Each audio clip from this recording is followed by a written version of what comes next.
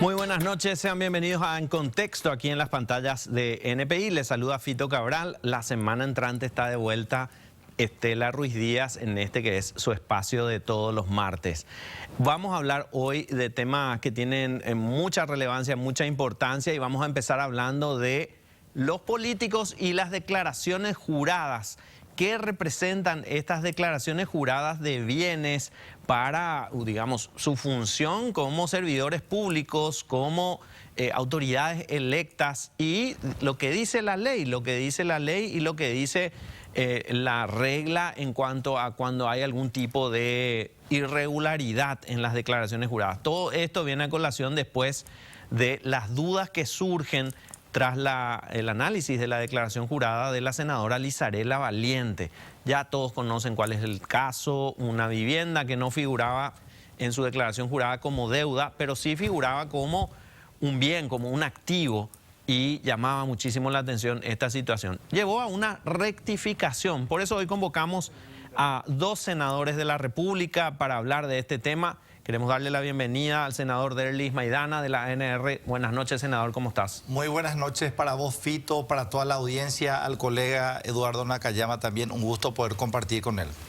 Y también saludamos al senador Eduardo Nakayama. ¿Cómo estás, senador? ¿Cómo te va? Muy buenas noches, Fito, aquí al colega Derlis y a toda la audiencia también que nos está siguiendo. Tengo siempre la duda si decir senador del Partido Liberal. Senador liberal. Senador liberal, y está bien. Sí, senador liberal. Bueno, ¿qué dice la ley respecto a las declaraciones juradas? ¿Qué representan las declaraciones juradas para ustedes como políticos que ingresan a un cargo electivo, ingresan a ejercer sus funciones y tienen que declarar bajo juramento lo que deben y lo que tienen? ¿Qué dice la ley? Bueno, la Constitución Nacional habla al respecto de la obligación de que 15 días antes de asumir los cargos y 15 días al salir se tiene que hacer una declaración jurada de bienes y rentas, de todos los activos, de todas las deudas. Es una obligación de carácter constitucional. Luego la ley 5033 le da algunas atribuciones más a la Contraloría para poder realizar, por ejemplo, el examen de correspondencia entre lo declarado y lo que pueda obrar también según el informe de algunas instituciones. Y desde hace un tiempo también que es la obligación que tiene la Contraloría General de la República de publicar en el sitio web o en sus páginas la declaración jurada de todos los funcionarios públicos. Y a partir, digamos, de esta publicación es que nosotros como medios de comunicación podemos observar las declaraciones juradas de ustedes que están en cargos electivos, funcionarios públicos, y encontrar algún tipo de, digamos, cuestiones que puedan parecer llamativas. Cuando hay una situación como esta, ¿qué prevé la ley? No es declarada una deuda o no está declarado un bien. ¿Qué dice la ley? Sí. Bueno, en realidad, Fito, nosotros tenemos que ir al fondo mismo de la cuestión, ¿verdad? O sea, cuando hablamos de declaraciones juradas, muchas veces la ciudadanía cree que es algo muy complicado. ¿De qué se trata esto de declaración jurada? ¿Un documento? ¿Es o sea, ¿de qué se trata este tema, verdad?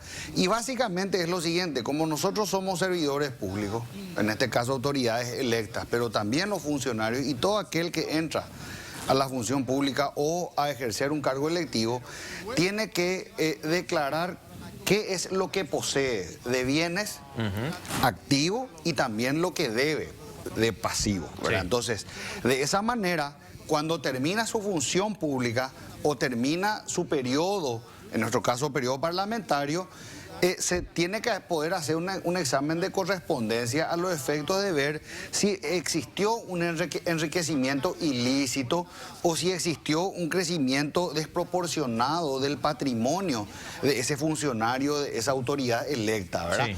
Porque desde un funcionario de aduana hasta un diputado, un senador, puede hacer lo que se conoce como tráfico de influencias a los efectos de acrecentar de una forma artificial su patrimonio o haber llegado ya de una manera non santa, como se dice, Sí. ¿verdad? Con dudoso origen de dinero, ¿verdad? Cuando uno, por ejemplo, tenía un trabajo donde ganaba 10 o 20 millones y resulta que declara un patrimonio de 1 o 2 millones de dólares, ya desde el inicio existe una inconsistencia entre lo que uno declara al llegar y lo que uno tiene, ¿verdad? Que entiendo que es lo que se está cuestionando en este momento, ¿verdad? Yo creo que es importante que nosotros analicemos primeramente el trasfondo del tema de las declaraciones juradas, qué es lo que se busca con esto.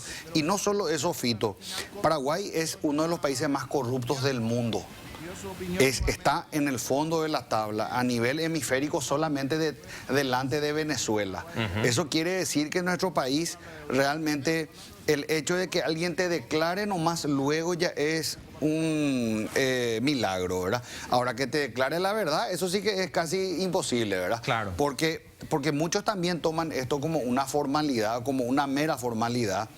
Yo no digo que alguien se pueda omitir algo, pueda pasarle una cuestión menor, pero vos no te puedes olvidar que tenés una casa o que tenés una estancia, como ya ocurrió en periodos anteriores, ¿verdad? Donde la gente pide simplemente una rectificación de su declaración jurada. Había sido, me olvidé, de 3 estancias. Exacto, por eso preguntaba qué dice la ley, pero ahora quiero preguntar, ¿cuándo se cambió la ley o ya la ley siempre fue así en el sentido de no penar una omisión, un error, un engaño en una declaración que es bajo juramento, una declaración jurada?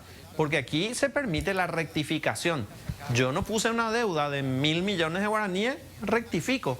Yo no puse una propiedad de 10.000 millones de guaraníes, rectifico. Y no hay ningún castigo. Bueno, en ese sentido, lo que hace el funcionario es presentar su declaración jurada de bienes. La Contraloría General de la República puede hacer ese examen de correspondencia de oficio por indicación del Ministerio Público, por indicación del Poder Judicial. Y en ese sentido, en el caso puntual de la colega Elizarela, tengo entendido que van a hacer un examen de correspondencia entre su declaración jurada del año 2014, cuando era funcionaria de la DINAC, y su declaración del año 2023, cuando asume una banca dentro del Senado de la Nación. Entonces, a la luz, no solamente va a comparar eso, sino puede pedir informes según las atribuciones que tiene la Contraloría al INDERA, los registros públicos, registro del automotor, Senavico, CEPRELAT, a un sinfín de instituciones, y hace un comparativo. Luego le da 30 días al interesado, en este caso a la colega o a cualquier otro ciudadano, y allí para que pueda presentar su descargo. Si a raíz de, siguiendo todos esos pasos, no le convence a la Contraloría la declaración jurada o los documentos arrimados por parte del interesado, es lo que puede haber indicios de la subsunción en el hecho punible de declaración falsa, artículo 243 del Código Penal. Entonces, allí la Contraloría General de la República deriva al Ministerio Público para que inicie una investigación.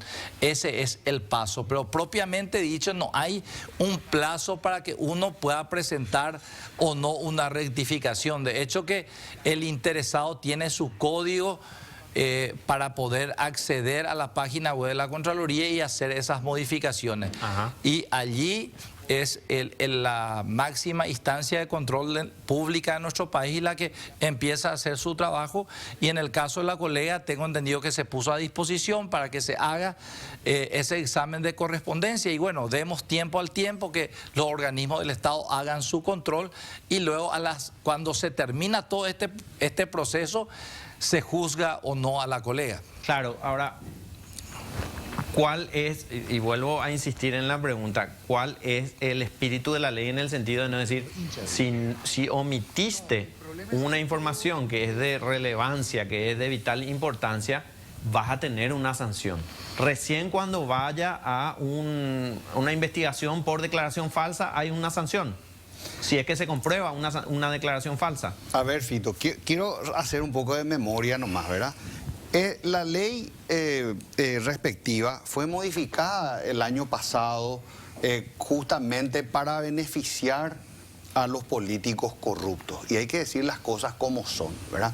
Porque hubo un caso puntual, no recuerdo de quién fue, que se tenía que modificar la declaración jurada. Sí. Y entonces a raíz de eso se impulsó la modificación legislativa que finalmente permitió que uno rectifique su declaración jurada. Algo totalmente traído de los pelos, Sí, ¿verdad? porque yo estoy declarando bajo juramento. Claro, claro, porque entonces ya no existe los momentos. O sea, ¿por qué tiene un valor la declaración jurada de 15 días antes de asumir? Porque se le da un valor económico y jurídico a la declaración que se hace en ese momento. Antes ¿verdad? de estar en el cargo. Antes de estar en el cargo. Si resulta que yo a los 1 año, a los 2 años, a los 3 años me puedo acordar que tenía 2, 3, 4, 5 estancias, porque esta modificación de la ley no te habla tampoco de que tu modificación está limitada a un 10%, un 20%, que podría ser un criterio razonable desde el punto de vista económico, sino que vos podés declarar que había sido 10 veces más patrimonio y rectificaste nomás, ¿verdad? Y hay muchos casos, muchísimo más graves. Yo particularmente no conozco mucho el caso de la colega Lizarela Valiente, más allá de lo que he visto en los canales de televisión y en las redes sociales. Lógicamente hay que averiguar si es que el valor de la propiedad era el que ella menciona haber pagado, Sí. ¿verdad? Cuando la oferta era aparentemente 3 o 4 veces superior a lo que dice ella que vale. Y dentro de eso también está la declaración jurada, porque uno tiene que declarar un hecho que se ajusta a la verdad, que tiene que tener también un contrapeso desde el punto de vista de una tasación o de tener algún elemento objetivo que te diga efectivamente esto vale esto o no vale esto, o esto está subvaluado. Eso seguramente hará la Pero Contraloría. ¿qué decía la ley antes de esta modificación? La ley te exigía que vos presentes en una fecha determinada y no te permitía modificar. O sea, no existía la rectificación. No existía la rectificación. Y esta modificación se hizo para no penar al que omitía algo. Así mismo. Bueno, No pero sé nada. está el artículo 243 y 244 del Código Penal que castiga la declaración falsa. Pero es importante también que el órgano... yo aplaudo, y estamos en un sistema democrático, las investigaciones periodísticas que detectan a priori algunas inconsistencias. Pero esas diferencias deben ser ratificadas por el organismo de control. Y creo que en este tiempo y con sus luces y sombras, la Contraloría siempre envió también cuando hay indicios de hechos punibles, así como lo hacen el control de los municipios, gobernaciones y ministerios, al Ministerio Público cuando hay indicios de hechos punibles. De hecho, que ellos tienen un departamento forense en la Contraloría General de la República que trabaja directamente con la asesoría legal de esa institución y remiten a la Fiscalía. Y la Fiscalía, luego de una investigación donde sabemos por el artículo 17 de la Constitución Nacional que todo paraguayo tiene derecho a la defensa, es la que va a determinar si hay realmente esos indicios se confirman y puede imputar, acusar, llevar a juicio oral o desestimar una causa. Pero ¿no le parece que deberían eliminar la posibilidad de la rectificación para que todos declaren realmente lo que tienen, las deudas que tienen, los bienes que tienen? Y nosotros algunos dicen, ¿qué pasa? Por ejemplo, yo declaré un auto, declaré un campo, pero yo ya vendí siendo legislador o siendo funcionario general, entonces puedo rectificar, pero lo que tiene ese margen, tal vez esa introducción del margen del 10-20% sería importante, a ver si esa venta o esa compra de un auto o de un apartamento en Miami se justifica con los ingresos que uno haya percibido en el tiempo desde que asumió la función pública. Claro, es un momento en el que estamos hablando de transparencia y de corrupción, digamos, ¿verdad? De las dos caras de la moneda, ¿verdad? Se le está exigiendo transparencia a todas las organizaciones de la República y desde el propio Congreso se está cuestionando la falta de transparencia en nada más y nada menos que una declaración jurada, ¿verdad? Y generando muchísimas dudas, porque las versiones y reversiones que da el propietario de la casa, la nueva propietaria de la casa, la deuda que existe, no declaró en la justicia electoral un préstamo que era para la campaña política.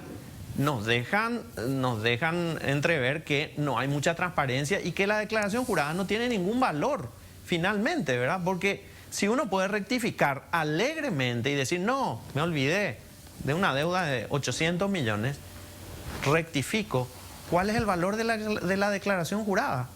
¿No les parece que tendrían que analizar nuevamente la ley y castigar la declaración falsa dentro de, no sé, los propios castigos que pueda tener la Cámara de Senadores, más allá de lo que haga la Fiscalía o la Contraloría? Fíjate, Fito, que en algunos casos, incluso la interpretación, en el caso de los legisladores, es que ellos tienen que declarar al entrar. Sí. Y si fueron reelectos, no tienen que hacer una nueva declaración, ¿verdad? No hace falta hacer una nueva declaración a los 5 años.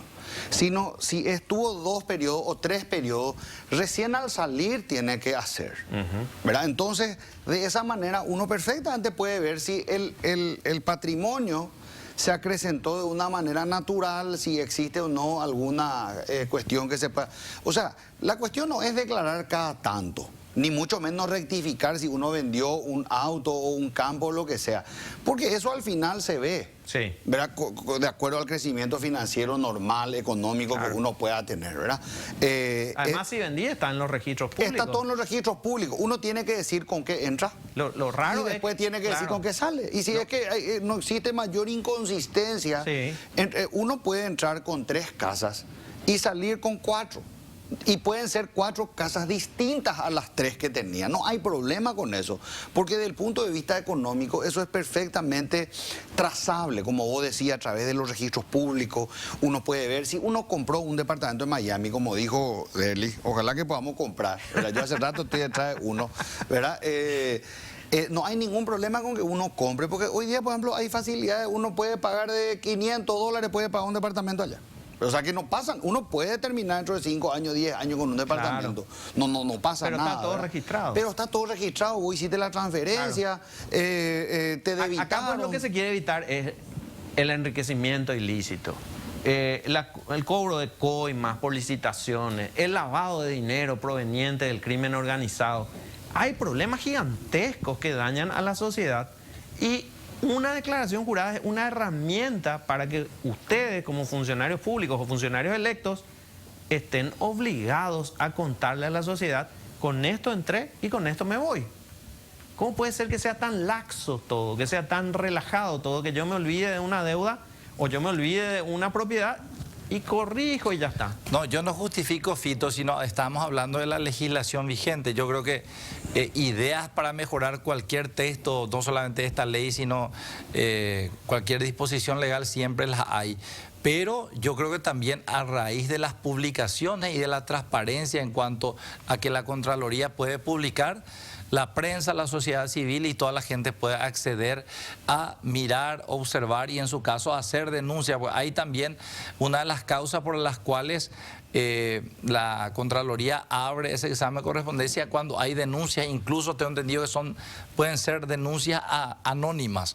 Entonces, creo, sin justificar en absoluto nada, de que realmente estamos obligados a presentar en tiempo y forma, y que en el caso de las rectificaciones que hoy día están permitidas, bueno, que sean controladas en el examen de correspondencia. ¿Ustedes le van a pedir a la senadora que dé alguna explicación? No lo digo como un juicio, sino... Ella lo dijo hoy, colegas, de que se pone a disposición de la Contraloría, que va a adjuntar todos los documentos respaldatorios, y de hecho el artículo 14 de la ley 5033 habla de que en el examen de correspondencia finalmente le van a dar un plazo de 30 días para que ella también pueda presentar su descargo, y nos prometió la señora Valiente de que así lo va a hacer. Y si la Contraloría encuentra inconsistencias y llega a hacer un informe al Ministerio Público, ¿cuál va a ser la postura de ustedes? Bueno, esos son eventualidades que puede o no suceder, y lo veremos en su momento, pero por el momento que se haga el trabajo correspondiente. Yo creo, Fito, que en este caso lo que la ciudadanía está acompañando con más preocupación es lo siguiente. Nosotros no podemos divorciar las cosas, no podemos analizar las cuestiones de manera aislada. La senadora Valiente es la esposa del intendente de Asunción, Nenecho Rodríguez, ¿verdad? El intendente Nenecho Rodríguez está acusado hoy de haber desviado 500.000 millones de guaraníes. Son 70 millones de dólares. Sí. Y eso ha confirmado la Contraloría General de la República. No es lo que dice la prensa, sí, sino que la Contraloría elevó un informe al Ministerio Público informando de esta situación, ¿verdad? Entiendo, me pareció haber escuchado, reitero que no estoy muy metido en el tema, pero me pareció haber escuchado que la senadora Valiente dijo que una parte le dio el intendente. Sí. ¿Verdad? Entonces, ¿por qué una parte uno de su no, mamá, una parte de su mamá, otra parte del intendente? O sea, ¿por qué uno no podría entender o pensar, ¿verdad?, que habiendo una causa abierta contra el intendente por desvío, no pudo haber habido algo de eso allí? Uno puede con toda legitimidad suponer que hubo algo así, ¿verdad? Porque, como digo, no son estancos separados que están por... Claro. O sea, nosotros tenemos que analizar esto en el contexto total. Y yo creo que la ciudadanía, que tiene que ser protagonista, no solamente la prensa, como decía el colega Maidana, y que yo coincido con él, la importancia que tiene la investigación periodística, ¿verdad?, sino también la investigación ciudadana. Porque todos los países del mundo que han dado un salto cualitativo hacia el combate a la corrupción lo hicieron a través de la transparencia.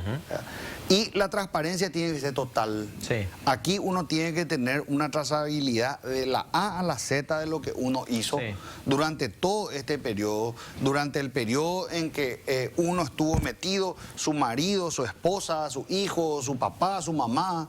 Porque para eso, cuando uno se convierte en PEP, tanto el senador Maidana como yo somos PEPs, que somos personas expuestas políticamente, te hacen un análisis de todo tu árbol genealógico prácticamente. A mí me llegaron a preguntar hasta de mi papá fallecido, de mi abuelo, de mi abuela fallecido, me preguntaron de mis suegros, en ese momento mi suegro todavía vivía.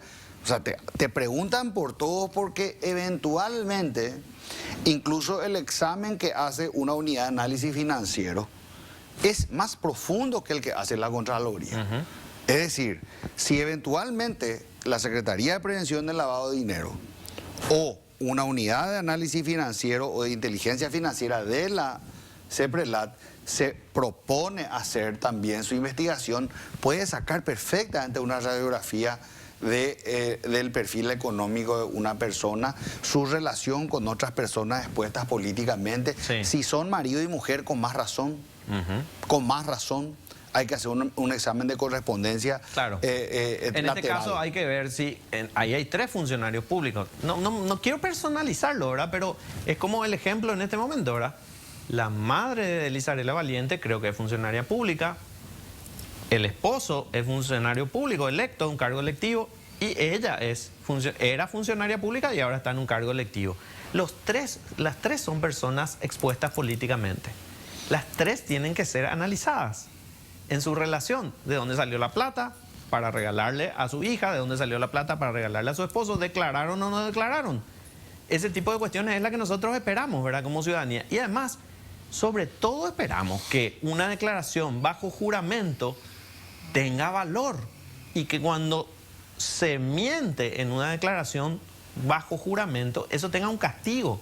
Eso es perjurio en cualquier lugar del mundo, ¿verdad? Y en algunas legislaciones, no soy abogado, pero uno sabe que cuando miente bajo juramento, eso es algo grave y tiene una pena.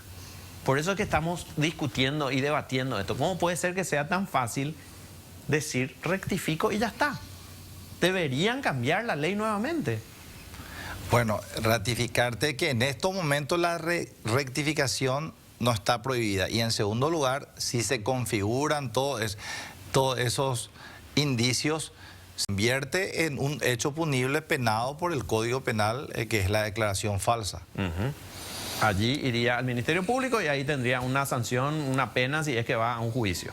Así mismo. Bueno, les agradecemos muchísimo que hayan estado con nosotros esta noche. Es un tema que está siendo analizado en los últimos días. Llama mucho la atención que, bueno, se sea tan relajado, digamos, con una cuestión tan importante como la declaración jurada, porque son funcionarios públicos y que están ocupando cargos electivos, y nosotros esperamos transparencia, toda la transparencia necesaria. Así la queremos en organizaciones privadas, en organizaciones públicas, funcionarios electos, funcionarios públicos, porque nosotros necesitamos cambiar la situación de cosas en las que estamos viviendo. Gracias, senador Derlis Maidana. Gracias, senador Eduardo Nakayama. A la vuelta de la pausa nosotros vamos a seguir analizando temas aquí. Vamos a hablar de la ley que busca justamente la transparencia con las ONG y otros temas más. Seguimos aquí en Contexto y vamos a hablar ahora de la ley que busca regular la financiación y la rendición de cuentas de las organizaciones sin fines de lucro, más conocida como la ley de las ONGs. Para eso invitamos al doctor Manuel Riera, abogado, fue expresidente del Colegio de Abogados. ¿Qué tal, doctor? ¿Cómo estamos? Gracias por la invitación, saludos también para vos, para Mariano, y bueno, ya a tu disposición. Y está también Mariano Vareiro, dirigente vecinalista de la Federación de Comisiones Vecinales. ¿Cómo estás? ¿Cómo te va, Mariano? Buenas noches, Fito. Muy buenas noches, doctor Manuel. Un gusto. Bueno, ustedes se preguntarán qué tiene que ver una comisión vecinal con la ley de ONGs. Enseguida les vamos a contar, pero antes quería hacer el análisis con el doctor Riera respecto a lo que dice hoy la ley que se está analizando, que está siendo tratada en Cámara de Diputados. Hay aspectos que podrían ser anticonstitucionales, que podrían ser ilegales y que están obligando a organizaciones sin fines de lucro a someterse, digamos, a una regulación que podría estar violando la Constitución. Sí, Fito, la ley tiene muchos problemas, no solamente de constitucionalidad, inclusive para quienes están a favor de su implementación, va a tener problemas burocráticos feroces de implementación. Entonces, si la ley lo que realmente pretende es transparentar las cosas, no va a lograr transparentar, lo que va simplemente a organizar es un tendal de sancionados y multados, porque la exigencia que está planteando en el interior de su texto no se puede cumplir en los plazos que propone. Hacer lo que pide va a colapsar las instituciones públicas de donde se tiene que conseguir la regularización que se propone, y esto a su vez va a traer una posibilidad de alcance hoy indeterminado, porque tiene un texto vago, un texto ambiguo, tiene posibles lecturas. Esa lectura, por supuesto, no la voy a hacer yo, la va a hacer un funcionario X, burocrático, un sí, burócrata, que va a poder, por supuesto, pedirte esto o aquello, va a leer la situación según lo pueda hacer. Y la ley está partiendo de alguna manera de la mala fe de las organizaciones sin fines de lucro, pero no se puede partir de esa base, ¿verdad? Porque también hay que considerar la mala fe de un posible gobierno que haga uso del control que esta ley confiere. Entonces, yo me sentí en la necesidad de plantear un poquitito estas cosas, involucrarme, para que hoy diputados tengan, ya que está en su cancha la revisión, sí, la posibilidad de hacer una revisión seria y, si es posible, por supuesto, que la ley no prospere, ¿verdad? Claro. Mariano, comisiones vecinales, Federación de Vecinalistas, ¿ustedes están incluidos dentro de la ley? ¿Ustedes están entre quienes van a tener que rendir cuentas bajo el texto de esta ley? Sí, a nosotros nos incluyeron también. Esta ley le incluye a todos. Todo tipo de organización que tenga algún tipo de marco jurídico establecido en el Código Civil paraguayo, establecido en la ley orgánica municipal que establece que las comisiones vecinales tienen que tener reglamento a través de ordenanzas municipales, y las comisiones vecinales tienen la obligación de tener RUT, de estar registrado en Abogacía del Tesoro, de estar registrado en CEPRELAT. También entra en este marco jurídico que nos obliga a inscribirnos en un registro, pero además nos obliga a presentar informe cada 6 meses. Cuando uno dice presentar informe cada 6 meses, ¿y de qué? De cada tallarinada, de cada pollada tenemos que presentar. No solo presentar, sino de cada tallarinada, de cada pollada que hacemos en los barrios de la República del Paraguay, tenemos que agarrar esos fondos, llevar a la municipalidad para que la municipalidad autorice si tiene que ver con políticas públicas. Esta ley es tan de carácter general que te obliga a que si tenés fondos privados, esos son fondos privados que le pedimos a los vecinos que colaboren 12.000, 15.000 guaraníes, es lo que cuesta una pollada. Bueno, esos fondos, además de presentar a la municipalidad, tenemos que enviar una descripción. Mariano Vareiro compró 5 pollos, Manuel compró 10 pollos, Fito compró 10 pollos, y una vez que tengamos toda esa descripción, llevar a la municipalidad para que la municipalidad reciba, envíe a la Junta Municipal, porque eso entra en el presupuesto, entonces el presupuesto ya está, hay que ampliar el presupuesto, entonces se trata en la Comisión de Hacienda de la Junta Municipal aprueba y ahí podés usar tus fondos de comisiones vecinales que vos estás haciendo luego esa tallarinada para salud, para hacer el empedrado, para hacer la plaza, salud que no provee el gobierno nacional, plaza que no arregla la municipalidad, seguridad que no tenemos. Entonces son temas que nosotros diariamente tenemos que afrontar y hoy día esta ley nos obliga a que hagamos todo ese procedimiento. Claro, son políticas públicas. Claro, O sea, porque la ley dice... Las comisiones vecinales hacen políticas públicas. Absolutamente. Y estamos obligados porque la ley dice todo lo que sea política pública se tiene que coordinar con el gobierno central y con el gobierno municipal. La utilización de los fondos y además tenemos que rendir. Nosotros luego ya rendimos cuenta porque mensualmente, algunos semestralmente presentamos nuestro movimiento al Ministerio de Hacienda, ya pagamos luego los 50.000, 100.000, 150.000 mensual a los contadores, pero además de eso nos piden el informe mensual y además nos piden que expropiar. Por eso se habla de confiscatorio esta ley, porque se expropian, agarran la plata nuestra los gobiernos locales que no están haciendo el trabajo, además que ya nos cobran luego el impuesto, además que nos amenazan luego que van a embargar todas nuestras casas si no pagamos el impuesto, porque los municipios deben millones y millones y están sobreendeudados. Ahora van a confiscar nuestra tallarinada, pollada y todas nuestras actividades solidarias a favor de los vecinos, porque o si no, como decía el doctor al inicio, nos van a aplicar una multa. Sí, una multa multimillonaria de la que vamos a hablar después, pero yo quiero entender bien ese artículo, creo que es el artículo 9, el que plantea cómo tienen que utilizarse los fondos. ¿Es así? ¿Es confiscatorio ese artículo en el sentido de decir la plata que reciben las organizaciones sin fines de lucro, que no sea del Estado, pero que va a ser utilizada para políticas públicas, tiene que ingresar al presupuesto nacional? Acá te digo cómo va a pasar, Fito. Si vos lees no solo el proyecto, lo que motivó el proyecto, la exposición de motivos, ellos hablan de una laguna legal. Por laguna se supone una inexistencia de una ley. Entonces los senadores dicen, como no hay una ley que regule estos asuntos, la vamos a sancionar nosotros. Código Civil, Ministerio del Interior con sus resoluciones, CEPRELAT con más de 4 resoluciones, todo lo que tiene que ver con la orgánica municipal, interior y capital, todo lo que tiene que ver con tributación, todo lo que tiene que ver con defensa al consumidor, todo lo que tiene que ver con registros civiles, todo lo que tiene que ver con registros del Ministerio de Industria y Comercio, con lo que quieras. Sí, yo vi la semana pasada, son como 14 informes que tienen, o 14 instituciones en las que tienen que rendir cuentas. Es absurdo, ahora, hoy. Es absurdo. O sea, Sí. la laguna legal no existe, no es tal. Simplemente quien proyectó estos asuntos está obligando de vuelta a que el informe de los pollos se haga nuevamente, ¿verdad? A riesgo de que no informar un pollo de 5.000 guaraníes le cueste a la comisión vicinal 1.000 salarios. 1.000 salarios, no son Sí. jornales. Son Sí. 3 millones de guaraníes por 1.000. Sí, 3.000 millones de guaraníes. Eso puede traducirse a su vez a una responsabilidad solidaria feroz, porque también hay que agarrar a Mariano, que es el administrador de esa entidad. O sea, ellos tienen personería jurídica, RUC propio, declaraciones, digamos, una personalidad con la que son distintos de sus miembros, Claro. con patrimonio distinto del de sus miembros. Personas jurídicas. Persona jurídica No son pura y personas dura. físicas, son personas jurídicas. Pero él también tiene que pagar los pollos. Y yo también tengo que pagar porque quizá, como yo le asesoré a él, mi actividad es relacionada a la suya, ahora controlada por este proyecto de ley. Esta es una ley que exige que todos nosotros rindamos cuentas de los pollos, pero no dice, por ejemplo, cuál va a ser el destino de las multas que recauda y, por supuesto, nos rinde cuentas de las multas que va a recaudar. Un contrasentido curioso en una ley que demasiado quiere transparentar las cosas, ¿verdad? Pero a la larga, estás rompiendo la esencia de todas las actividades privadas, porque permitir que el Estado penetre como entra, Fito, donde no debería entrar, por un lado, y poniendo como excusa ausencia de ley donde ya las tiene.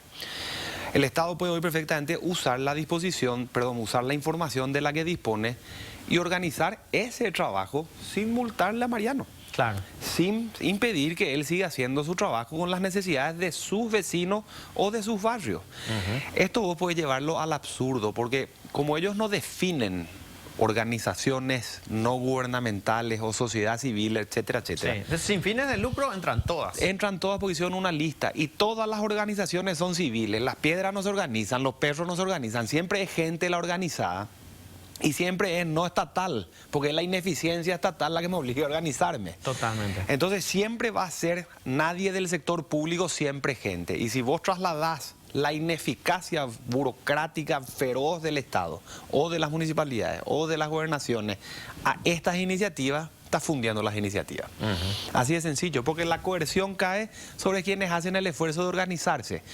Entonces, estas son cosas que creo que hay que decírselas a la Cámara de Diputados, no solamente por cómo le aprieta el zapato a quien está en el esfuerzo diario, como el caso de Mariano y sus comisiones, sino porque si realmente lo que quieren es transparencia, no la van a tener.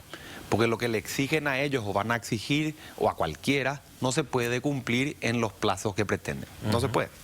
¿Ustedes qué rinden hoy, Mariano? ¿A qué instituciones? Nosotros rendimos al municipio.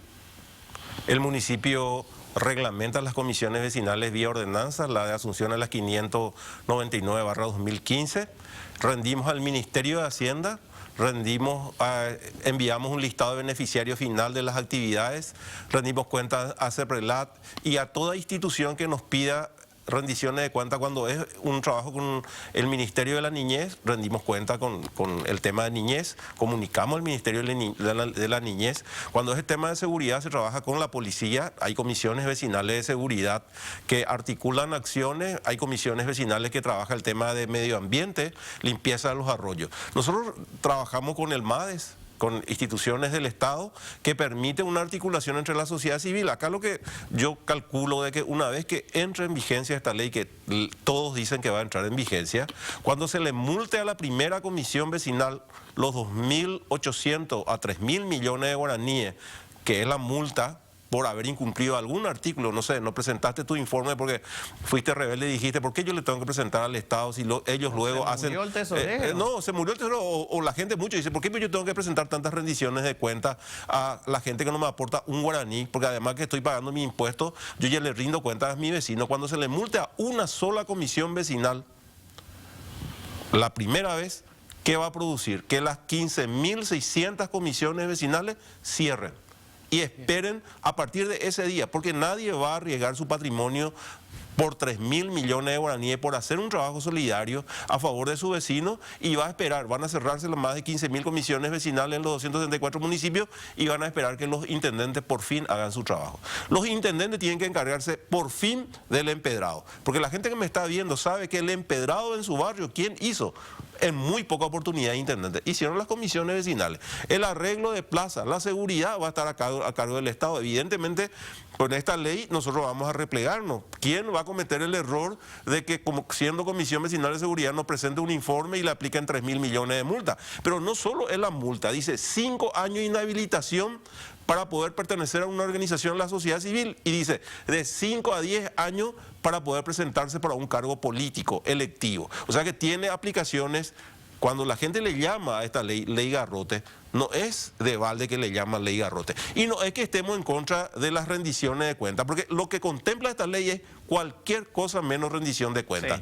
Sí. Si ellos decían, bueno, además de que las comisiones vecinales, porque el reglamento de comisiones vecinales de Asunción inclusive dice que hay que rendir en una asamblea cuentas, como la gente hace en su asamblea, pueden agregar, no sé, 10 ítems más de rendición de cuentas. Pero cuando agregan ítems absurdos, como por ejemplo lo que la gente aporta en la capilla. La gente aporta en la capilla 10.000, 15.000, 20.000. Ahora la gente, todas las iglesias hicieron un pronunciamiento en contra de esta ley. ¿Por qué? Porque ahora cuando vas a aportar te va a decir un ratito, va a tapar la bolsa, es donde la gente pone 10.000, 20.000, 50.000, decir un ratito su nombre y apellido. ¿Cuánto aportó? Y además de eso, si eso se va a usar para un comedor, ¿quién es el encargado del comedor? El Ministerio de Desarrollo Social. Entonces, esos fondos hay que llevar al Ministerio de Desarrollo Social. El Ministerio de Desarrollo Social tiene que enviar al Ministerio de Hacienda, el Ministerio de Hacienda al Congreso, el Congreso a hacer una ampliación presupuestaria y ahí vos podés usar la plata para el comedor de la iglesia que tienen muchas comunidades. O sea, es una barbaridad. Y es una ley que atenta contra todo principio de participación y de solidaridad que está el pueblo paraguayo acostumbrado, Fito. Bueno, todos queremos transparencia y todos queremos rendición de cuentas. Creo que eso quedó claro desde el principio cuando se empezó a hablar de esta ley. Así mismo. Pero nosotros hace minutos estábamos hablando de las declaraciones juradas, una declaración bajo juramento de los funcionarios públicos y políticos, y es bastante laxa aparentemente la ley respecto a omitir una deuda u omitir un bien de 600, 700 mil millones de guaraníes. Y no encuentro en esa ley ninguna multa de 2.000 o 3.000 millones de guaraníes. Por supuesto que no la vas a encontrar, porque entre bueyes no hay cornada, pues. Acá el problema es que están, sobre texto de transparencia, generando una norma jurídica que, porque tiene una amplísima vaguedad y ambigüedad en su texto, va a permitir perseguir el que quieras. Por eso lo de la ley Garrote es el discurso principal de los afectados o de los opositores, porque ven en esto posibilidad real de que eso ocurra. Y leyendo desde afuera, es así. Es que puede ocurrir, perfectamente, sí, puede ocurrir. Y es lo que vimos en otros países. Pero por supuesto que puede ocurrir. Entonces, nosotros no podemos partir de la base de que los gobiernos son buenos tipos. Nosotros tenemos que saber que las relaciones de los ciudadanos con su gobierno son relaciones de derecho. Y esto que están trayendo acá no es un buen derecho, porque a la larga, si él se equivoca, o yo me equivoco, o vos te equivocas, Fito, el régimen para sancionarme es sumarial. O sea, no me va a defender un juez. Claro. Me va a atender un funcionario público que es instructor de alguien. O sea, dependiente de alguien. Hoy no me va a atender a mí el juez. No hay derecho a la defensa. No, claro, no es el Poder Judicial. Va a ser posiblemente un funcionario del Ministerio de Economía. Fernández Valdovino va a terminar diciendo si yo soy o no responsable. Es difícil aceptar una cosa así porque está sometiendo un ciudadano o un ente privado a un régimen público sumarial, por naturaleza inquisitorial, porque es investigador. Y yo tengo que esperar todo eso para después ir a defenderme, cuando en realidad mi preocupación es esta tarde. Yo necesito la silla de ruedas para esta tarde, sí, necesito la operación para mañana a la mañana, necesito la cama para la gente que está en el pasillo esta tarde, necesito el partido de fútbol en las vacaciones de invierno o en la de verano. O sea, te doy un ejemplo absurdo. El Estado debe promover el deporte. Está en la Constitución, artículo 84. Quiere decir que si nosotros con la Comisión Vecinal de Mariano hacemos ahora un torneo de fútbol para los muchachos, estamos entrando en una de las prestaciones y competencias estatales. Entonces, sí, vamos a controlar la plata con la que vamos a comprar el chancho para el equipo ganador. Vamos a controlar la plata para la que vamos a comprar las medallas, las camisetas, los mitaí. Es un absurdo la ley. Te dice, no, eso no va a ocurrir. Yo no sé si eso va a ocurrir. Claro. Ley te puede estar hoy, puede no estar mañana. Derli puede estar hoy, puede no estar mañana. Yo puedo estar hoy, puedo no estar mañana. Y la ley no puede quedar abierta a quien va a estar mañana. Tiene que ser una ley que no repita los errores actuales. Abogados, por ejemplo, estamos controlados por la Corte Suprema de Justicia, estamos controlados por CEPRELAT, estamos controlados por el Ministerio de Industria y Comercio, tenemos un registro que ya existe en la Corte y en el Ministerio, se llama el REPSE, y ahora porque yo puedo darle asesoría a alguien con mi actividad y verme, digamos, afectado por una actividad controlada, de vuelta tengo que rendir. Yo no es que soy contrario a o a favor de la transparencia. El debate público, quienes defienden el proyecto lo están planteando en esos términos. No es así. Yo quiero la transparencia en las cuentas públicas del funcionario público, pero yo no quiero transparencia en los vidrios de los baños de las mujeres. Yo quiero transparencia pública en las cuentas de los parlamentarios, pero no la quiero yo en un proceso judicial donde se atiende el acoso sexual de un bebé. Eso es morbo, no es transparencia. Yo quiero transparencia en las actividades que tiene hoy el Contralor manejando los fondos públicos, que a su vez controla, pero no los quiero en el secreto profesional cuando yo atiendo una chica que me dice a mí cómo la ha violado o no. Entonces, no es contra la transparencia o a favor de la transparencia, no. En estos casos no aplica. Sí. Que es sector privado, esfuerzo privado, con fondos propios para fines lícitos, porque están en la ley. ¿Por qué tener que controlar lo que ya está autorizado por ley? Entonces, es un poquitito lo que nosotros creemos que vale la pena que diputados revise, frene la pelota, honestamente te lo digo, porque lo que están pidiendo no se va a poder implementar a la velocidad que la ley exige y va a generar un enorme costeo en multas que va a terminar simplemente desincentivando toda la actividad privada en estos menesteres. Mariano, ustedes están hablando como Federación de Comisiones Vecinales sobre el tema y ¿qué conclusión tienen? ¿Van a ir a la Cámara de Diputados? ¿Estuvieron en la audiencia pública? ¿Presentaron una propuesta? Estuvimos en todos los espacios. Esta ley se presentó el 20 de noviembre. También se presentó otro proyecto, pero en noviembre la primera ley, la segunda el 20 de diciembre. Acompañamos nosotros absolutamente todo. Estamos alertándole a los colegas de comisiones vecinales que van a afectarle esto. Mucha gente todavía no se dio por notificado, ¿verdad? Pero ahora, gracias a que ustedes están amplificando nuestra voz, las comisiones vecinales como nunca nos están llamando preocupados. O sea, ¿qué vamos a hacer ahora? Porque le cuesta luego a una comisión vecinal tener su libro de acta y su libro de caja. Le cuesta luego muchísimo tener RUT, tener factura legal. Y ahora se le va a duplicar más gasto porque ahora tiene que tener un administrador que presente cada 6 meses de manera detallada al Ministerio de Hacienda. Más o menos hacía un cálculo de más o menos cantidad de organizaciones de la sociedad civil. Podemos hablar de 200.000 organizaciones de la sociedad civil. Calculado por los 364 días que tiene el año, el Ministerio de Hacienda tiene que recibir 800 informes diarios. ¿Quién va a controlar esos informes diarios? ¿Cómo va a ser el sistema de control? Y por otro lado, esta ley contempla no solo a las organizaciones, contempla a toda persona que recibe fondo público. Nosotros no estamos en contra de que se controle de 20 maneras los fondos públicos, pero acá cometieron el error de controlar nuestra tallarinada, nuestras polladas, que son fondos privados que tienen las organizaciones de comisiones vecinales y las organizaciones de la sociedad civil. No solo controlar, sino direccionar si ellos están de acuerdo con el accionar de esta organización a que se haga o no uso de ese dinero. Y eso es lo preocupante, por eso nosotros no dejamos de llamar la atención. De hecho, esta mañana varios diputados dijeron, pero vamos a ver el tema de las comisiones vecinales, porque ellos analizan también que en gran medida la clase política, su base política tiene en las organizaciones sociales, sí. Comisiones vecinales, asociaciones de padres, clubes deportivos, comisión de fomento. Entonces están calculando qué es lo que va a pasar. O sea, que se van a encargar ellos exclusivamente los comités del PLRA, las seccionales, lo social otra vez, porque tienen la capacidad de hacer, o los gobiernos locales o los gobiernos centrales. Porque si ellos tienen la capacidad, entonces vamos a vivir como en países muy desarrollados, donde pagamos el impuesto, nos sentamos, ya viene el barrendero y te hacen el empedrado, ya te hacen el desagüe. Nosotros no tenemos esas condiciones. Entonces, ellos se están dando cuenta y se tienen que dar cuenta, porque esto no le va a salir gratis a la clase política. Alguna factura le vamos a pasar de aquí a 2 o 3 años en las elecciones municipales o de aquí a 5 años en las elecciones generales o 4 años, ¿verdad? Ahora, si excluyen a las comisiones vecinales, excluyen a los bomberos, excluyen, no sé, a la Cruz Roja, a ciertas organizaciones, ya algunos referentes que llevaron adelante este proyecto dejaron en claro sus intenciones diciendo, a nosotros nos interesa esta organización que trabaja con el control del financiamiento político, nos interesa esta que trabaja en el tema de educación, nos interesa esta que trabaja en el tema de derechos civiles, por dar algunos ejemplos. ¿Cómo llegamos a esto? Porque esa fue la realidad subyacente siempre.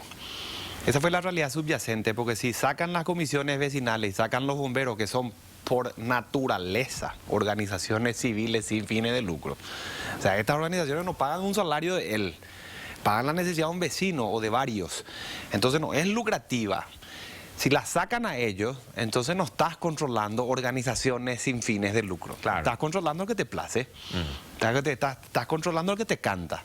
Esa es la realidad, ¿verdad? Así como la CEPRELAD entró en todo cuando empezaron a sacar todas estas resoluciones, cuando venía Gafi, y como siempre queremos, digamos, asfaltar en a la calle y donde va a pasar el rey, se hicieron todas las cosas cuando vinieron los de la visita in situ, casualmente sacaban los clubes de fútbol. Entonces, estas son normas que se crean para los gobernantes de turno. Así como se puede hablar de que los propios entes que se quieren controlar tienen sus intereses, los gobiernos también tienen los suyos. Y si se hacen leyes en función de los intereses, estás haciendo leyes desiguales porque estás dirigidas a alguien según el interés. Esta ley tiene esos defectos, ¿verdad? Tiene esos defectos y lo de la burocracia, Fito, es un tema súper relevante. Te digo una tontería. Hace poco el Colegio de Abogados quiso meter la posibilidad de que los chicos sin ser abogados sean miembros del colegio como estudiantes, para disfrutar de las cosas que hacemos, ¿verdad? Sí. Tuvimos que cambiar el estatuto para hacer una cosa así. Certificado de antecedentes judiciales, policiales, de disposición y libre disposición de bienes, de no tener quiebra, certificado de cumplimiento tributario, que no estoy en Interpol si soy extranjero, que no estoy en la lista de la OFAC, yo no significativamente corrupto. Todo lo que tenga que ver con mis datos, con mi certificado de vida y residencia, con mis correos electrónicos, teléfonos privados públicos, de oficinas y lugares de trabajo, quiénes soy, firmado por mí, por todos los que formaban parte del acta fundacional vigente, hay que llevarla al Ministerio del Interior para cumplir una resolución interna 440. Cada vez que uno cambia un estatuto pasa por eso. Acá le están pidiendo a las entidades que van a trabajar de esta forma que agreguen en su estatuto la fuente de un financiamiento. Si doña Clorinda quiere meter 10.000 guaraníes para la próxima actividad, hay que meter en el estatuto, pero para eso hay que ir a cambiar. Claro. Entonces hay que pedir todo lo que te acabo de decir para ese financiamiento, ¿verdad? Si otra ONG quiere hacer lo propio, hay que ir a cambiar. Los que tienen hoy estatutos que nos detallan los financiamientos, lo propio. Si vos vas a depender de que el Ministerio del Interior te cambie el estatuto y el presidente te dé un decreto para darle la comida o la bebida o la necesidad a alguien, y es preferible morirse en la calle, viejo. Esa es la realidad, porque hoy, si vos pedís una empanada en el mercado, te dan en el acto. Si pedís un yuyo, la yuyera te dan en el acto. Si te vas a comprar una remera, te la venden en el acto. Anda a la que quieras, institución pública, de pedir algo. Decime cuál algo te da. Ni el papel para formar la fila te dan en el acto. O sea, el Estado se mueve en meses o en años. Por naturaleza es ineficiente hoy. Y toda esta información que nos piden ya la tienen. CEPRELAT no solamente pide esta información que ya la tiene, pide auditorías internas, pide auditorías externas, inclusive internacionales si hace falta, tiene que ser independiente, piden que tengamos oficiales de cumplimiento, que hayan manuales de cumplimiento, reportes de operaciones sospechosas, un sistema informático que avale la operación. Lean eso, saquen de ahí la información que precisen, procesen lo que tienen.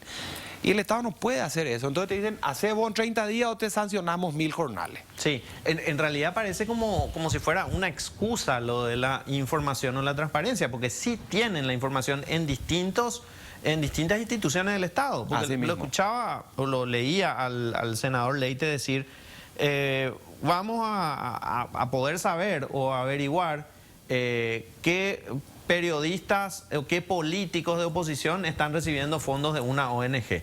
Lo deberían poder saber con los registros de la ONG. De alguna manera tendrían que poder saberlo. Si recibe un sueldo, si es prestador de servicios, tienen que facturar. Y esa factura la tiene el DENIT, la tiene la Dirección Nacional de Ingresos Tributarios. Por supuesto. Entonces, si quieren la información, la tienen. Pero si yo no presento a tiempo la información con toda la burocracia que tiene el Estado, puedo matar a la ONG, puedo matar a la organización civil sin fines de lucro, porque la multa que va a tener esa organización va a liquidar a esa organización. Fíjate que no te digo un artículo. Yo no conozco otra multa de 3.000 millones de guaraníes. Fíjate, en toda la legislación. Sin entrar en artículo alguno, ¿qué dice el preámbulo de esta Constitución? Que entre otras cosas nosotros tenemos una democracia participativa.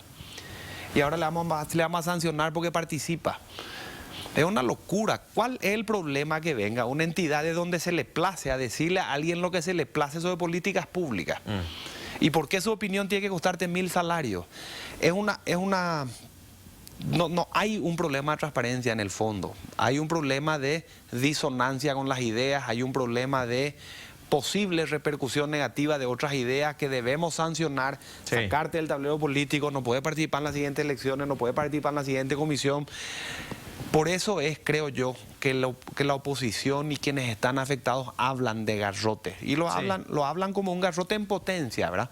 Porque puede usarse así, perfectamente, tienen razón. Estás mencionando oposición, doctor, y esto lo mencionaba hace unos días en el programa en voz alta con Óscar Acosta, y yo me preguntaba y decía, si este gobierno tiene una coyuntura muy positiva en cuanto a mayoría parlamentaria, copamiento de las instituciones, de todas las instituciones, las de control, las de nombramiento de magistrados, de fiscales, las de sanción a magistrados y fiscales, porque están en el Consejo de la Magistratura, en el Jurado de Enjuiciamiento, en la Fiscalía, en el Poder Judicial, en la Corte Suprema de Justicia, en el Poder Ejecutivo, en el Poder Legislativo, en todos lados tienen mayoría. ¿A qué se debe que les preocupan las organizaciones sin fines de lucro? ¿Por qué les preocupan las organizaciones sin fines de lucro? Yo, haciéndome esta pregunta, decía, porque probablemente sean las organizaciones que quedan con algún poder de movilización, con algún poder de acción, de alguna manera, para oponerse a algún proyecto que pueda ser autoritario, que pueda ser totalitario, que pueda ser corrupto o lo que fuera. Porque si no, no encuentro explicación. La oposición política está debilitada y está dividida. ¿Y qué es lo que queda, digamos, como refugio de la sociedad y de la ciudadanía? Las organizaciones civiles sin fines de lucro. Yo coincido contigo, honestamente te lo digo, porque si yo quiero estar en todos los lugares donde el Estado no está, no me da abasto, no doy abasto. Honestamente no doy, o sea, si yo necesito que alguien en mi barrio sea ayudado, yo necesito tipos como Mariano. Sí. Esa es la realidad. O sea, ¿por qué hay tantas organizaciones como te las explicó él? Porque es la necesidad la que motiva esa existencia. Entonces ahora castigar eso, someterlas a una burocracia interminable para que sigan haciendo lo que hacen, es simplemente impedir que lo hagan, y eso va a terminar afectando a los beneficiarios finales, ¿verdad? Porque quienes necesitan las ayudas de las entidades que existen. Yo pediría muchísima cordura en este asunto. No es necesario que se haga esta ley, ya existen esos controles, se pueden mejorar, optimizar los actuales, o sea, no haría una ley como esta, honestamente. Suponiendo que se apruebe la ley, porque tienen mayoría en ambas cámaras y no tengan las modificaciones que se sugirieron, ¿cuáles serían las acciones? ¿Van a ir a una acción de inconstitucionalidad, Mariano?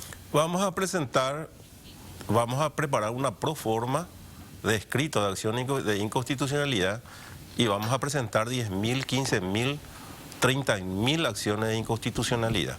Ya tenemos un grupo de abogados pro bono preparado para el efecto y la Corte se va a saturar, porque esto le va a afectar a todas las organizaciones. Cuando hablamos de todas las organizaciones, estamos hablando todas las organizaciones que están en el Código Civil paraguayo, ¿verdad? Porque esto le afecta a toda organización de la sociedad civil, todas las que están en la ley orgánica municipal, todas las que están en la legislación que establece comisiones de seguridad en materia del Ministerio del Interior y todas las organizaciones que trabajan en materia ambiental.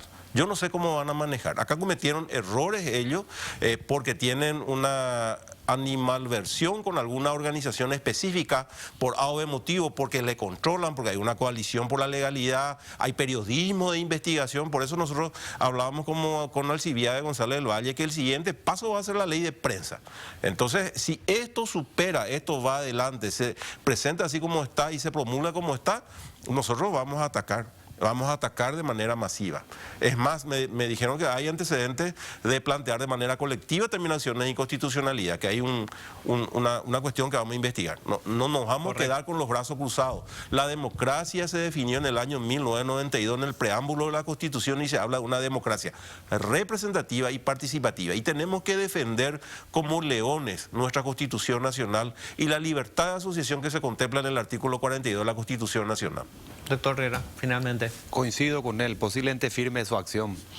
Eso va a ocurrir. El ejemplo más próximo de que esto puede prosperar se dio cuando sacaron la ley que extendía la obligación de hacer declaraciones juradas a todas las entidades y a su vez sus directivos, gerentes, esto que lo otro, que trabajaban en las licitaciones con el Estado. Sí. Eso colapsó la Corte en ese año. Se habrán presentado entre 6.000 y 8.000 acciones, que yo recuerde, lo que terminó modificando inclusive la derogación de la ley. Hasta hoy, años después, la Corte sigue sin resolver todas esas acciones. Imagínate el alcance de una cosa así. Hablábamos de un universo que licita estatalmente. Estamos hablando de un universo muchísimo más grande. Entonces, están todas las alarmas prendidas, Fito, vienen de todos los sectores, de todos los niveles. Esto no es buenos contra malos, esta es una ley que no puede prosperar. Tiene demasiadas falencias y bueno, y sería genial que diputados se haga eco de esto y las revisiones motiven el replanteamiento, ¿verdad? Mariano Vareiro, Manuel Riera, gracias por estar con nosotros esta noche. No, al contrario. Muchas gracias, Fito. Igual. En instantes vamos a hacer un contacto con un analista desde Estados Unidos para hablar sobre lo que ocurrió el fin de semana con este atentado sufrido por Donald Trump, expresidente de los Estados Unidos, y lo que representa esto en el marco de la campaña electoral y la ola de violencia política que aparentemente está sufriendo Estados Unidos. A la vuelta de la pausa. Estamos de vuelta, última parte del programa, y estamos en contacto con Hugo Hacha. Él es docente universitario, analista político, residente en los Estados Unidos, y queremos consultar, hablar con él, analizar lo ocurrido durante este fin de semana en un acto, en un meeting. El expresidente Donald Trump, candidato por el Partido Republicano, fue víctima de un intento de magnicidio, de un atentado. Dispararon contra el expresidente Donald Trump y esto, por supuesto, generó una sucesión de hechos que modifica el panorama electoral y el panorama político en los Estados Unidos. Por eso queremos consultarte, Hugo, gracias por estar con nosotros en contacto. ¿Cuál es el análisis que tienen en Estados Unidos de lo ocurrido el fin de semana pasado? Más allá de los temas de seguridad que también queremos analizar contigo, ¿qué está ocurriendo en el ambiente electoral luego de este atentado sufrido por Donald Trump? Bueno, primero que nada, muy buenas noches. Muchas gracias por la invitación. Sería una arrogancia pretender decirte que mi opinión cubre toda la variedad de posturas que hoy día se reflejan en los diferentes medios de comunicación de los Estados Unidos. Pero sí te puedo decir que hay algunos puntos de consenso. Primero, la polarización política en este país ha alcanzado picos no vistos desde la guerra civil. Esto no es una exageración, es un consenso. Por ello, no es aventurado el afirmar de que los milímetros que separaron a esa bala, cuando el expresidente Trump gira la cabeza y en vez de tener un impacto en el cráneo, simplemente pierde un fragmento del pabellón de su oreja, separaron a este país de una convulsión de proporciones tan graves como las que en su momento llevaron, reitero, a este país a una confrontación, a una guerra civil, ¿no es cierto? Ese es el nivel de convulsión, de crispación, de violencia en el discurso. ¿Cómo está afectando esto? Primero, viene en una secuencia de hechos. El presidente Biden había tenido un desastroso nivel en el debate que sostuvieron ambos candidatos recientemente, donde tuvo una serie de lapsus, una serie de incoherencias, llevando a su propio partido a pedir en buena parte, buena proporción de su base y cúpula, su renuncia a la candidatura y su eventual reemplazo por otro candidato. Es más, el día de ayer un prestigioso diario norteamericano afirmaba que tal vez inclusive un efecto colateral del atentado es que habría salvado la candidatura de Biden al desviar el punto de atención hacia otro aspecto, ¿no es cierto? Sí. Hoy día, en medio de la convención republicana, creo que Trump es sin duda el candidato. Creo que su base se ha unificado, creo que su partido está detrás de él. Y con esto te cierro. Creo que la fotografía de Ivan Bucci, de Associated Press, con el expresidente con el puño en alto, con la bandera americana flameando sobre él y los agentes del servicio secreto rodeándolo, marca un antes y un después, no solo en este proceso político, sino en la historia de los Estados Unidos de manera reciente. Leía y veía medios de Estados Unidos planteando lo que podría ser el discurso, no sé si ya lo dio el discurso Donald Trump o lo va a dar al final de la convención, que el tono va a cambiar en el discurso de Donald Trump. Aparentemente iba a ser un discurso demoledor contra Biden, pero el propio Donald Trump declara que su discurso ahora va a ser buscando la unidad, la unificación en Estados Unidos. Es como pacificar después de un atentado que podría haber crispado los ánimos en Estados Unidos y llevarlos al borde de un conflicto, como lo planteabas, Hugo. Bueno, en realidad eso ya sucedió. Sucedió minutos antes de presentar a su candidato vicepresidencial, y estás totalmente en lo correcto. El tenor del discurso sorprendió a mucha de la base dura del presidente Trump, que esperaba básicamente el puntillazo a un presidente Biden que se había mostrado extremadamente frágil, y cambió hacia un discurso de concertación, de procurar la unidad, de bajar el tono, y que obligó en cierta medida al Partido Demócrata también a repensar muchos aspectos. Minutos después, el propio presidente Biden emitía también un mensaje indicando de que lamentaba las expresiones vertidas por él mismo pocas semanas atrás, a donde habló de que había que ponerle un blanco a el entonces candidato Trump, ¿no es cierto? El punto de... Creo que eso exactamente, poner la mira en Trump, ¿no es cierto?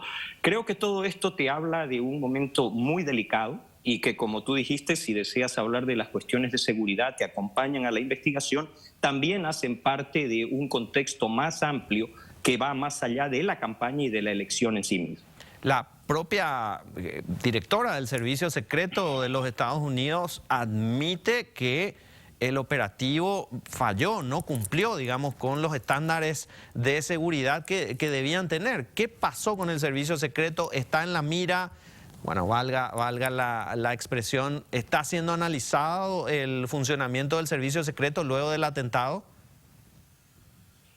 Sí, esto ya ha sido expresado por congresistas de ambos lados del espectro político, mayoritariamente republicanos, esto se comprende. Las voces más fuertes han venido de Marco Rubio, quien estuvo hasta el último momento considerado como uno de los posibles candidatos a la vicepresidencia, a Carlos Jiménez, María Elvira Salazar, entre los críticos más fuertes, pero también desde el otro lado, Tim Kaine y otras personas han entrado en esta dinámica porque quieren hablar, y estoy completamente consciente de la razón por la cual lo hacen, de la institucionalidad. No se puede permitir que un candidato, un expresidente, haya sufrido el atentado en las condiciones en las que se dieron y se dieran las fallas clamorosas en el operativo y el dispositivo de seguridad que se supone deberían haberlo protegido.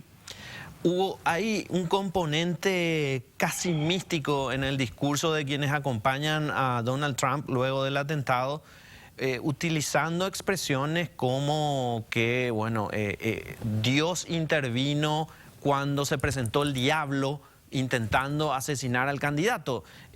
Esto es parte del discurso, digamos, para magnificar la figura de Donald Trump. ¿Es un elemento nuevo o ya formaba parte de esta plataforma electoral? Bueno, yo te diría que ya hace parte del debate. Un elemento dentro de lo que es la crispación y la confrontación tiene que ver y mucho con una promoción que algunos sectores califican exagerada, realiza una parte del ala izquierda del Partido Demócrata.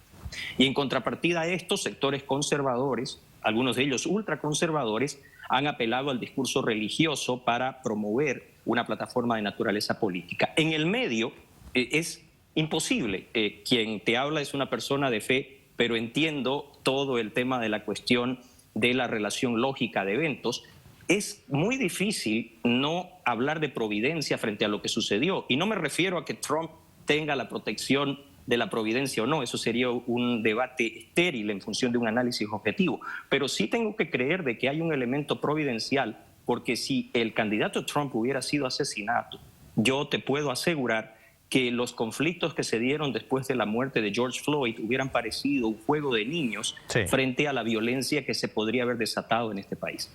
¿Y de dónde surge la violencia, Hugo? Porque recordemos, Donald Trump cuando pierde las elecciones en Estados Unidos prácticamente estuvo detrás de quienes invadieron el Congreso de la República de los Estados Unidos, y esto prácticamente se mantuvo a lo largo de toda su campaña con discursos que, bueno, polarizaban muchísimo a la sociedad. ¿Esa violencia podría haberse visto, digamos, disparada con el atentado? Yo creo que nos debemos ir un poco más atrás. Yo creo que la génesis de todo este proceso parte de una descomposición de la institucionalidad y de la neutralidad en el tono del ejercicio del gobierno que había logrado persistir hasta George Bush. A partir de la presidencia de Barack Obama, el discurso adquiere otras tonalidades. Y hay que recordar que la victoria de Trump en la primera elección que él gana fue una sorpresa rayana en el shock. los Estados Unidos estaban listas para recibir a Hillary Clinton como presidente. Yo recuerdo nítidamente esa noche que ninguna de las cadenas de televisión norteamericanas le asignaban ninguna posibilidad al señor Trump de haber ganado la presidencia. Y la reacción de los sectores más radicales dentro del Partido Demócrata fue criticar ácidamente al centro del Partido Demócrata y desplazar el debate para llevarlo a la radicalidad. La respuesta, como te decía previamente, de la derecha fue responder en igual calidad y género de argumento. Y eso ha llevado a este país a uno de sus momentos más delicados. ¿Qué va a pasar a partir de ahora en el Partido Demócrata? Mencionabas que sacaron de foco, digamos, las dificultades que tiene Joe Biden y prácticamente reforzaron su candidatura, dejando de lado la posibilidad de renunciar a la candidatura a la presidencia. ¿Ese es el panorama más cierto en este momento? Bueno, el panorama más cierto a partir de una serie de factores que habrá que ver cómo lo maneja también la campaña de Trump de aquí a las elecciones. Hay una serie de factores que tampoco se pueden ignorar y quisiera citártelos muy rápidamente. Sí. 24 horas antes del atentado en contra del expresidente Trump, la inteligencia norteamericana ayudó a la inteligencia alemana a desarticular un complot de la inteligencia rusa para asesinar a Armin Paperberg, el ejecutivo de la mayor firma de producción de armamentos de Alemania. Hoy nos enteramos, literalmente hoy, de que inteligencia de los Estados Unidos tenía información de un complot iraní para intentar asesinar a Donald Trump en un acto de campaña. Y al mismo tiempo, el mismo FBI indicó que aunque tenía suficientes elementos de convicción para asegurar que el señor Matthew Crooks habría actuado solo, no tenía ningún elemento para confirmar o descartar si lo había hecho motivado por algún tipo de situación influida a partir de elementos extraños a la realidad norteamericana. Todo esto está todavía suspendido en el aire. ¿Por qué te menciono esto? Sí. La guerra en Ucrania, la confrontación con China, el presidente en ese momento en ejercicio Trump llevó a límites muy grandes, lo que surge en el mundo post-COVID, son elementos que te calientan una campaña en la que hoy, merced, te reitero, a la muy frágil participación del presidente Biden en el debate y este intento de asesinato, parecen haber pavimentado el retorno del señor Donald Trump a la Casa Blanca. Hugo Hacha, queremos agradecerte por tu tiempo. Los datos y el análisis que nos diste aportan muchísimo para tener una idea de lo que está ocurriendo en Estados Unidos en miras a las futuras elecciones. Elecciones que, por supuesto, son importantes para todo el mundo. Gracias, Hugo, por tu tiempo. Un placer, a sus órdenes. Hugo Hacha, docente universitario, analista político. Nosotros vamos a hacer una breve pausa, luego vamos a la conclusión.